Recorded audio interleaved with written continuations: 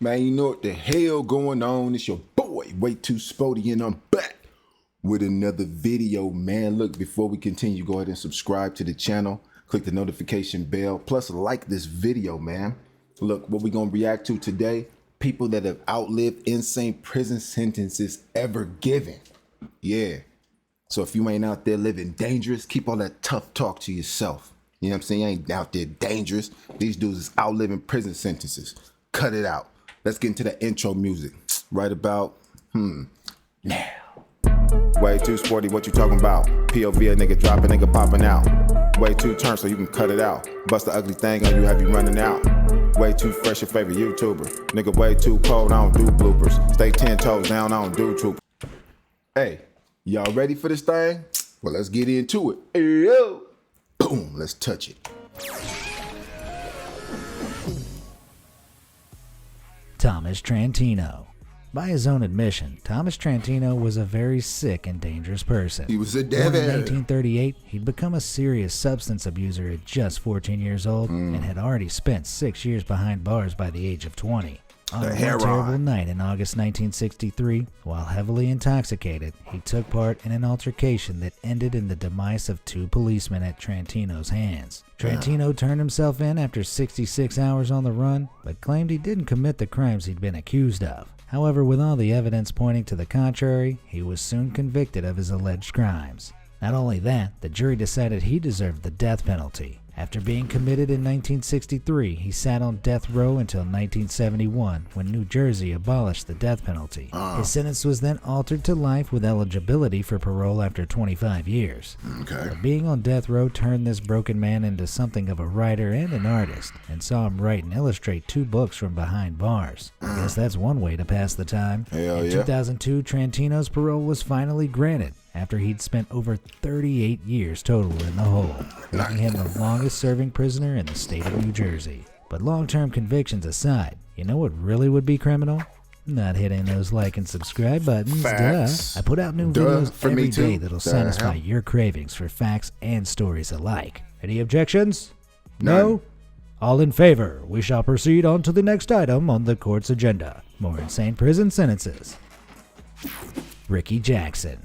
Could you imagine losing nearly 40 years of your life to a crime you didn't commit? Unbelievably, that nightmare became Ricky Jackson's reality back in 1975. That nigga had the crazy At just perm. 19 years old, Jackson and his friends Wiley and Ronnie Bridgman were convicted for a fatal attack on salesman Harry Franks. The entire case hinged on the witness statement of a 13-year-old named Eddie Vernon, who claimed he saw the boys commit the heinous crime. Aside from that one witness, there was no other physical evidence to suggest Jackson or the Bridgman brothers were there. Jackson was initially given the death sentence, but luckily, several appeals and mistakes in paperwork spared him from the capital punishment. And thank God it did, because in 2013, the star witness broke down in court and claimed the police had coerced him into falsely testifying. It turned out Vernon never actually saw the attack.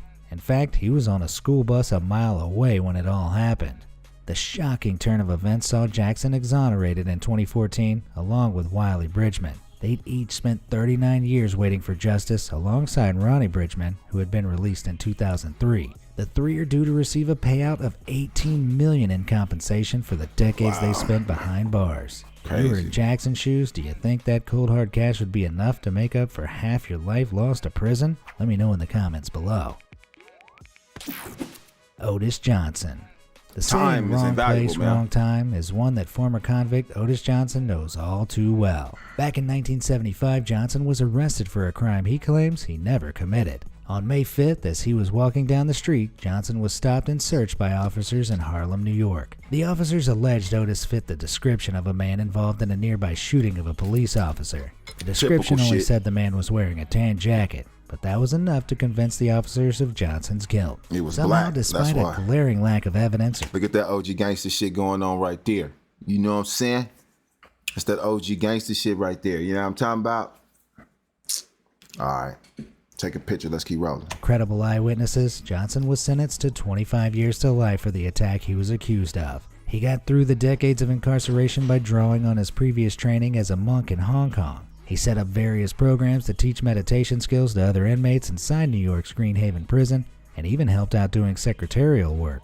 His good behavior made him eligible for parole 9 times, and during several of his parole hearings, he was told that if he just confessed, he could walk free. Johnson clearly had a backbone made out of pure steel, because each time he refused to confess to a crime he hadn't committed. Fortunately, his 9th parole hearing in 2014 was positive, and he was finally released. When you do the math, that means he had been in prison for almost 40 years, and all because he was wearing a tan jacket. Seems like New York needs to upgrade its fashion police. Hell yeah. That's fucked up. Soren Matheson. Denmark is famous for its bicycle culture, its colorful houses, and of course, Lego. But it's also the home of one of the longest, oldest, and strangest jail sentences in the world. Say hello to Soren Matheson. All the way back in 1876, this plump fellow engaged in the services of horse dealer Niels Bogeland. He wanted to borrow money and also asked for his help finding a wealthy wife to marry. But the wife Soren ended up with clearly didn't come with a lot of cash, because when Bogeland came to collect the money he'd lent out, Soren couldn't pay. With substantial debts and no way to pay them, Soren decided his only way out was to eliminate Bogeland, which was his biggest mistake by far. Soon after the deed was done, he was caught and ended up serving a life sentence of over 49 years with hard labor at the Horsens State Prison. As you can see, the years of grueling work took their toll, but he did. He's like permanently shit-faced. Look at that shit. That motherfucker, he's probably smiling right now. That's his motherfucker's happy face and shit. Somehow managed to keep the pounds packed on. This devious Dane was eventually released on parole in 1925, and hopefully he steered clear of horse dealers and bargain wives for the rest of his days. Okay, bargain wives, thinking. Betty Smithy. Yeah. Women are just as So, wait, I just caught on a little late. But it sounds like old boy was caught up in some mail order bride shit. That nigga said discount wives. So yeah, you know what I'm saying? He was trying to order him a little fifi, you know what I'm saying, to help live his ever long life. Capable as men, and that includes being horrendous criminals.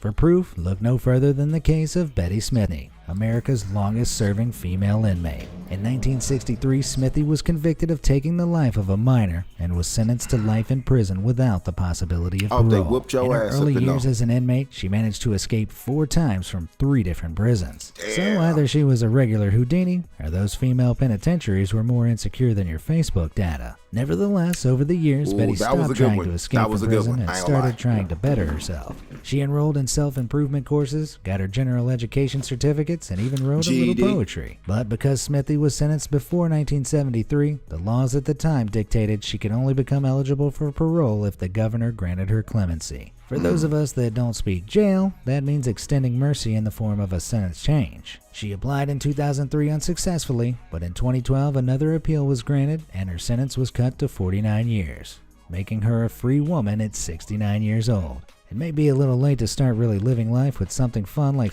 Damn, could you imagine how she looks at an iPhone? That shit probably look like a spaceship fucking remote control to her, dude. Like shit like cell phones and fucking microwaves and shit like that. She ain't seen none of this technology. Forget about a Bluetooth, anything. All of this shit is like alien technology to her, dog. She been locked. She been gone for a minute, dog. Skydiving, but at least she has 5 decades of great TV to catch up on. John Franzaci.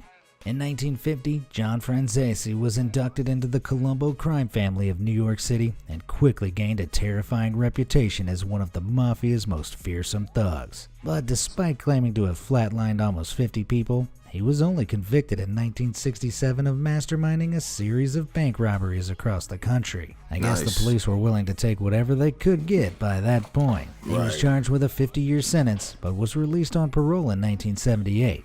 Though on at least 6 occasions he returned to prison for parole violations. Then in 2011, and at the grand old age of 93, this granddaddy of crime was sentenced to a further 8 years in prison for extortion and loan sharking. He hit the ripe old age of 100 in 2017, and wrapping up his 8-year prison term, he was released from jail. In total, this mobster spent more than 40 years behind bars throughout his life, meaning he basically lived half a life of crime and half a life of jail time. Damn. Sheldry Top. In 1958, and at just 13 years old, Sheldry Top was involuntarily committed to a state hospital for some seriously destructive mental issues. He was treated with electroshock therapy, which even at the time was considered inhumane and torturous, so it's hardly surprising that in 1962, Top ran away. But in his frenzied state, he wound up responsible for the death of an attorney in Oakland County, Michigan. Yeah, after all that fucking electrotherapy they put through his fucking brain, hell yeah, he on some other shit now. So he should have actually been pardoned because he was electro-treated. I mean, that's like some heavy unauthorized version of MK Ultra without a motive. Goddamn. Just 17 years old, Top was sentenced to life in prison without parole. Despite being clinically diagnosed as a sociopath, Sheldry was held in a minimum security prison, which housed only the best behaved inmates. Despite this, he never attempted to escape. Instead, he completed rehabilitation programs and multiple academic courses, all from behind bars. The years passed Sheldry by without hope of freedom until 2012, when the Supreme Court decided sentencing a minor to life in prison without parole was unconstitutional. Sheldry was given a revised sentence with a 40-year minimum in 2019, and seeing as he'd already served a staggering 56 years, it meant he was immediately eligible for freedom, gaining the title of Look at that black oldest don't crack. juvenile. Look at this motherfucker right here, man. Skin about as smooth as a baby arm, boy. Yeah. Yeah. And they try to say that who was only what? A percentage of a man? Who? They said what about the black man? Was what? Percentage of what? Who? Kind of propaganda they putting out is hate to try to defame the truth? Who? Who's what? Whose skin stays fresh for life? Who? Oh, I thought a racist motherfucker setting up lies and spreading out propaganda said something. Prisoner serving a life sentence in Michigan, he walked free at the age of 74, having traded in his handcuffs for a walker. Yo, that's crazy, man. People that have outlived insane prison sentences ever given, man. Subscribe to the channel, like this video, click the notification bell if you haven't done so already. If you want to watch this video with your boy in it, roll it back. If you want to watch this video without me in it, the link is in the description below. But look, man, I'm going to get on up out your hair and I'm going to go on and get ready for something else. Look, but I'm way too sporty. Y'all make sure y'all get stressed the wrong address, huh? I'm out this thing. Peace. Way too sporty, what you talking about? POV a nigga dropping, nigga popping out. Way too turn so you can cut it out. Bust the ugly thing on you, have you running out. Way too fresh, your favorite YouTuber. Nigga way too cold, I don't do bloopers. Stay 10 toes down, I don't do troopers.